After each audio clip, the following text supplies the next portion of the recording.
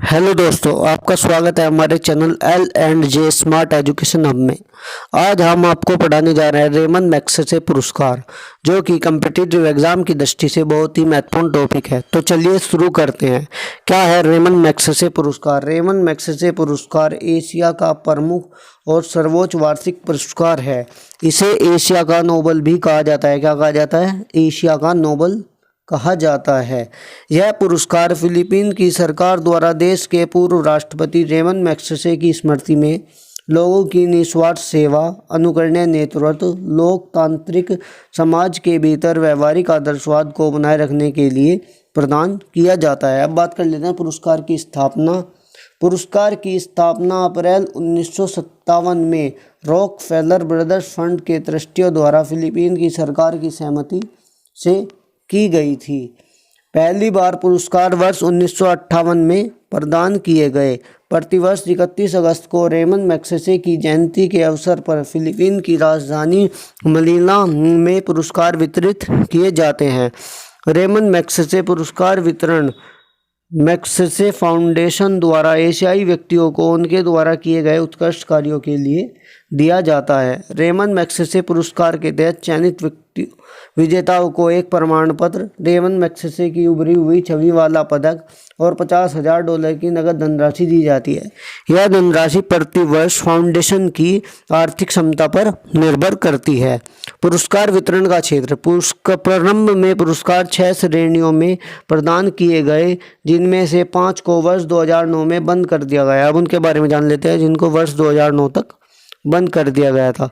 सरकारी सेवा, सार्वजनिक सेवा, सामुदायिक नेतृत्व, पत्रकारिता, साहित्य और रचनात्मक संचार, कला और अंतर्शांति और अंतर्राष्ट्रीय समझ।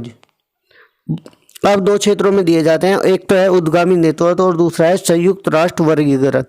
वर्ष 2009 के बाद रेमन मैग्सेसे पुरस्कार फाउंडेशन प्रतिवर्ष उद्गामी नेतृत्व और संयुक्त राष्ट्र वर्गीकृत के क्षेत्र के लिए पुरस्कार विजेताओं का चयन करता है।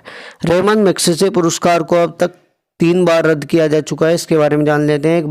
एक बार वर्ष 1970 में आर्थिक संकट की वजह से, दूसरा वर्ष 1990 में विनाशकारी भूकंप की वजह से, वर्ष 2020 में कोरोना महामारी कोविड-19 की वजह से मनीला में होने वाले पुरस्कार समारोह को रद्द कर दिया गया था। अब जान लेते हैं रेमन मैग्सेसे के बारे में।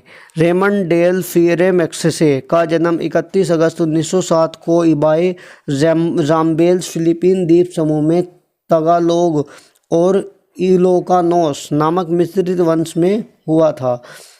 मैग्सेसे ने वर्ष 1927 में चिकित्सा का अध्ययन करने के लिए फिलीपीन विश्वविद्यालय में प्रवेश लिया। 1928 से 1932 तक वे जोस रिजल्ट कॉलेज वाणिज्य संस्थान में उन्होंने अध्ययन किया, जहाँ पर उन्होंने वाणिज्य में स्नातक की उपाधि प्राप्त की।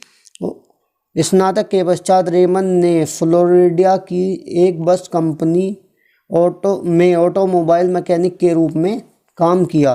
द्वितीय विश्व युद्ध के बाद मैग्सेसे फिलीपीन गणराज्य के तीसरे राष्ट्रपति चुने गए। उनका कार्यकाल जान लेते हैं। उनका कार्यकाल 30 दिसंबर 1953 से 17 मार्च 1957 तक रहा।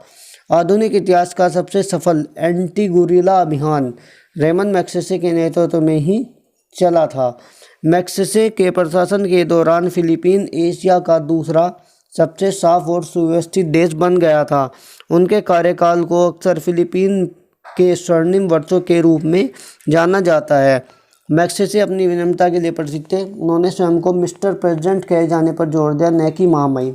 वे चाहते थे कि लोग उनको मिस्टर प्रेसिडेंट कहकर पुकारे, न कि महामहिम। 16 मार्च 1957 को सेबू सिटी से मनीला लौटते समय विमान दुर्घटना में उनकी मृत्यु हो गई।